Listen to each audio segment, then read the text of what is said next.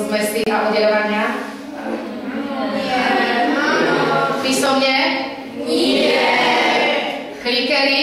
Áno. Dobre.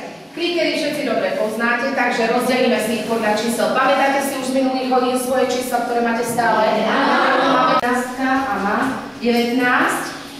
Chyba 19, 20 Super. Takže sa pozorne čítať otázky. Odkliknite správnu odpoveď. Takže ja vám pustím test. Takže začneme. Viete, že musím spustiť štart, takže sledujeme, hej. Nevyrušujme sa vedieť navzájom. To dobre, to chyba. 4 roky.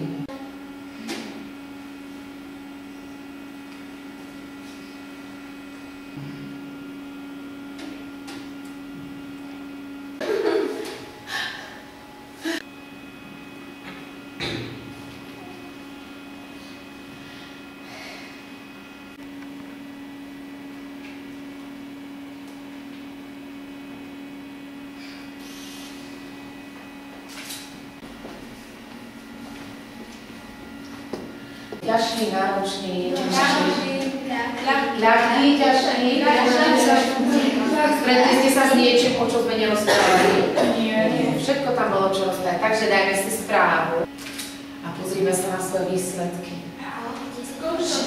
Máme tu aj 10 bodových, 6, 8, 7, 9. Super, takže to je... Takže to je viac, no tí nuloví tu nie sú. Hej, takže nulu nemajú. Takže super, tak si myslím, že ste to všetci zvládli viac ako na 50%. Takže skúsili správne odpovede, hej? Aký čaj je? Lívia. Je roztok, jednoznačný roztok. Zmes je látka zložená, Denis? Minimálne z dvoch zložiek. Denis, ak by tu bola jedna zložka, tak je to, když používame pri Klaudia, jednoznačne pri destilácii. Kryštalizáciou môžeme oddeliť zložky, Ondrej, slanej vody. Čistú látku tvoria. Zložky, ktoré oddelujeme destiláciou, sa líšia stanko destiláciou. Výborne. Máme 9. Rozpúšťadlom v minerálnej vode je Zuzka. Rozpúšťadlom voda, určite voda. A filtráciou môžeme oddeliť zložky, ktoré sa líšia. Aha. Ktoré sa líšia. Super. Takže aký máte pocit z tohto testu? Ľahký. Máte pocit, že ste si overili svoje vedomosti, ktoré sme tu opakovali? Určite áno. Takže môžeme zapísať známky do otázky. Dobre.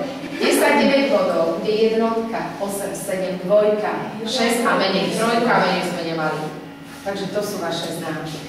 Môžete si dať viac knižky.